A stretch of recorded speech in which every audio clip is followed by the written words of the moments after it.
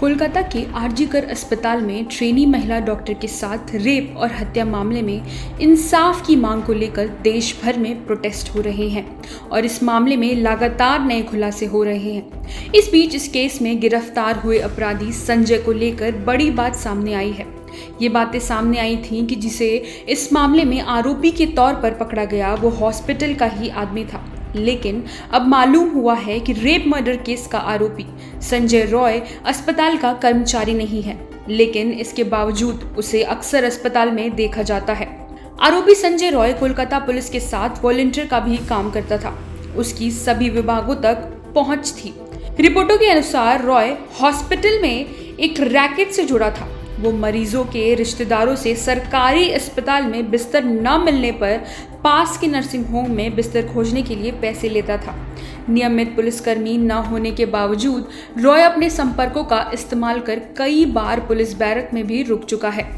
आरोपी केपी यानी कोलकाता पुलिस लिखी टी शर्ट पहनकर घूमता था। उसकी बाइक पर भी केपी टैग लगा था। उसने खुद को कोलकाता पुलिस का कर्मचारी बताया और रिपोर्ट के अनुसार कई अन्य लोगों को लगा कि वो सच में पुलिसकर्मी है।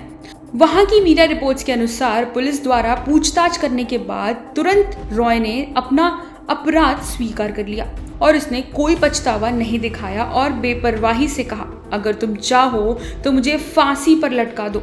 पता चला है कि उसका मोबाइल फोन पॉर्न वीडियोस से भरा था और वो वीडियोस नॉर्मल नहीं बल्कि अब्यूजिव किस्म के थे।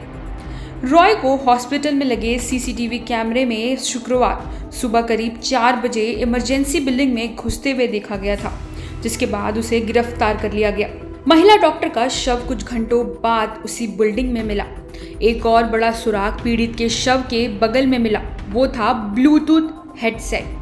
सीसीटीवी फुटेज में दिखाया गया है कि बिल्डिंग में घुसते समय रॉय के गले में हेडसेट था। जब वो बाहर निकला तो हेडसेट गायब था। पीड़िता के शव के पास रखा हेडसेट भी उसके फोन से जुड़ा हुआ था। रिपोर्ट्स में पता चला कि संजय अपराध करने के बाद घर गया और सबूत मिटाने के लिए अपने कपड़े धोए। हालांकि पुलिस को उसके जूते से खून के धब्बे भी मिले हैं। आरोपी को 23 अगस्त तक पुलिस हिरासत में रखा गया है।